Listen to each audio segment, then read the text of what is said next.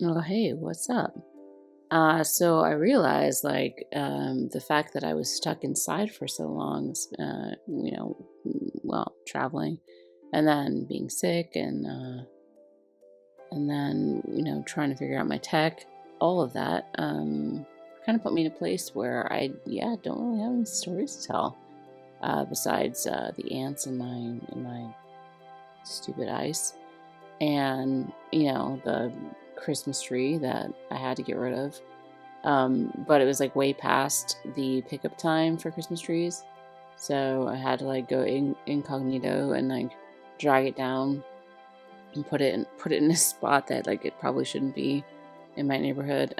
So it could get picked up. And I didn't want anyone to know it was me taking it down there, and like I didn't want anyone to be able to track it back to me. So there's also like a lot of like destroying of evidence, which is hard to do with Christmas trees because Christmas trees, they drop a lot of pine needles. They drop them when you bring them in when they're fresh, but they drop them like crazy, and they drop their limbs too. They're like, here, have an arm. Oh, have a leg. They're just like, it's like shutting those things left and right. So yeah, there was a lot of cleanup duty, and anyway, they probably could still track it back to me, but I did my best. To destroy the evidence. But anyhow, yeah, I guess like I should probably go out and do some things, so I have more stories to tell. Maybe I'll go to the bar this weekend, see what stories I can rustle up in there. But for tonight, there is a new VC to talk about, and we gotta figure out if it's cold pool. No, well, I have to. I don't know what you're gonna do, but I will figure it out and report back.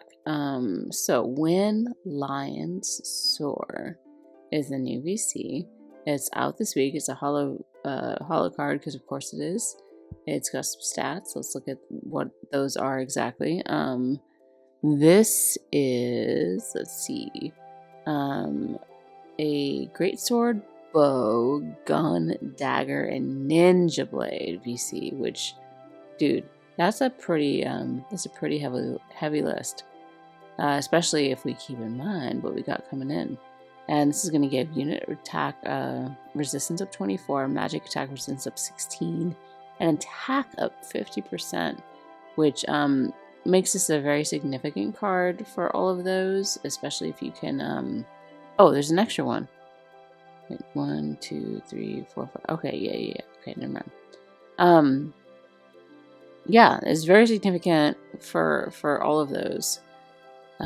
So it'll also give, let's see, a limited party ability on quests of damage limit up 2500, and then bestowed effective area attack resistance up piercing rate up 20, max HP up 10% for the person you're slapping it on, and then slash deck up 20 for Hero King Mont and Wingstern. And then, let's see, if you're on a quest, Vision Mastery is going to give Spirit up 2, Light Attack up 3 for, it looks like, light units. Or something like that. That's always really weird. It's hard to know what that's all about. But let's read about this thing, because that's what I want to know.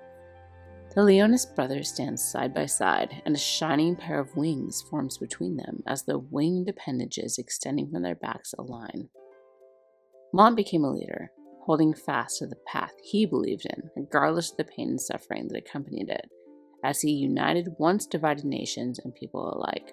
Stern chose the dark, isolated path into the shadows, from which he worked tirelessly to find a means to defeat the Realm Scourge. Now their paths cross once more, and thus the wheels of fate have begun to turn. The twin lions shall soar into the sky, into the sky, into the sky with their wings, what? And they will be the light of hope to which the people look. And I am down for this moment. I am so down for this moment. One thing that I will say about Prince Stern is, like, while his brother, King Mont, is, like, seriously not drinking, Sternus has some sake bombs. You know he has. He's been hanging out with Gilgamesh and Seymour. He's had a lot of sake bombs. And that's cool. I've had sake bombs. They're a fun time. So, I'm happy for him. I'm happy for him for that.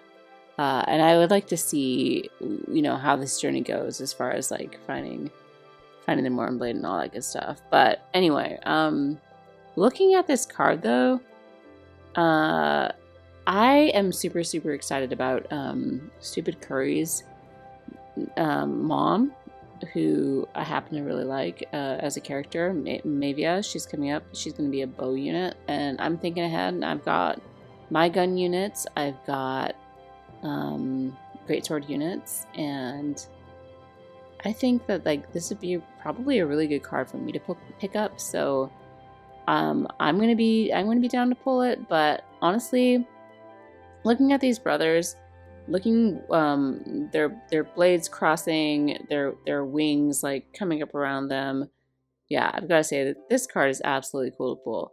Very cool. This is like the ultimate moment out of the story. We have been looking towards this moment for a very, very long time. I'd say that like the game started out kind of like positioning these brothers as rivals.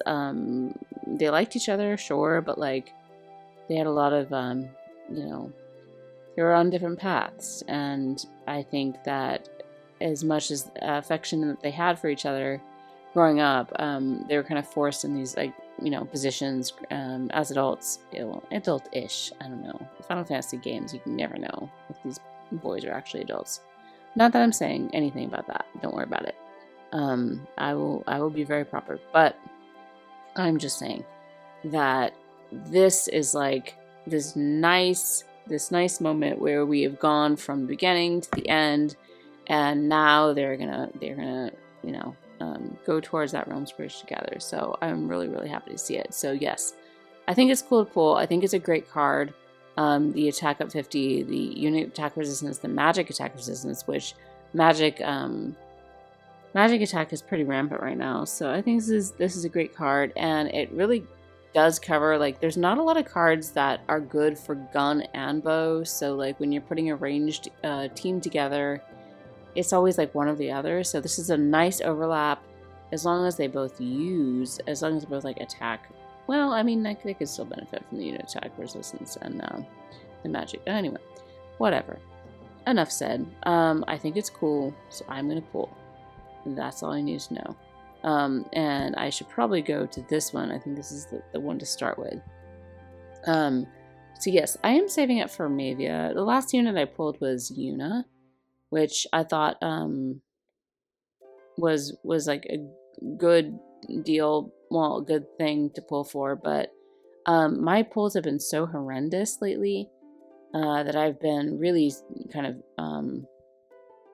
just beaten down by the system.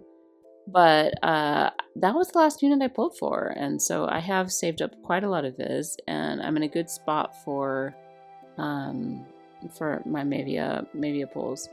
In the meantime, yes, I think this is probably a card that I should go for. I think it'll be a good pickup, and yeah, I would like to have it.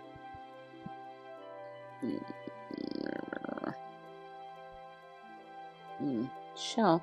I'm wondering if Shell's like gonna have a moment too. There are so many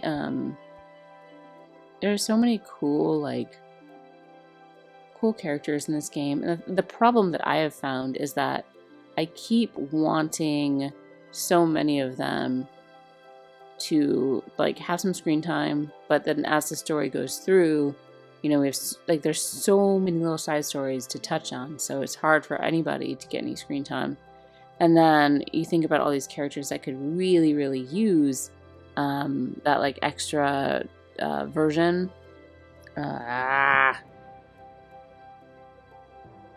You just want to shut me up, don't you? They just want to shut me up. Okay, well, that's pretty awesome. That's pretty awesome. I'm happy to get it. I'll go look at you again. I'm happy to get it, but man, shut me up, I guess. Zip me up. What I was trying to say is that, yeah, there's still a lot of units that have that UR form coming, or have like the dual form coming. We still haven't seen a Valtoa, which I think her design is awesome. I don't know if I want Abbott, but I feel like, who knows? Maybe we're gonna get an Abbott. But Adelard, yeah, there's like still like they keep kind of hinting at these like alternate versions of just like new shining dresses for everybody. So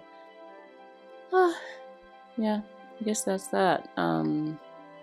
This game shut me up, so I will take my VC and I'm gonna go work on building it. And good luck to anybody else pulling this week. Sorry. Hey, it's not my fault.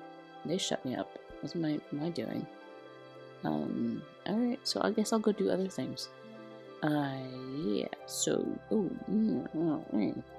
alright, you have a fun night, and I guess we'll argue goodbye and say that. Gotta say that. And as always, cheers.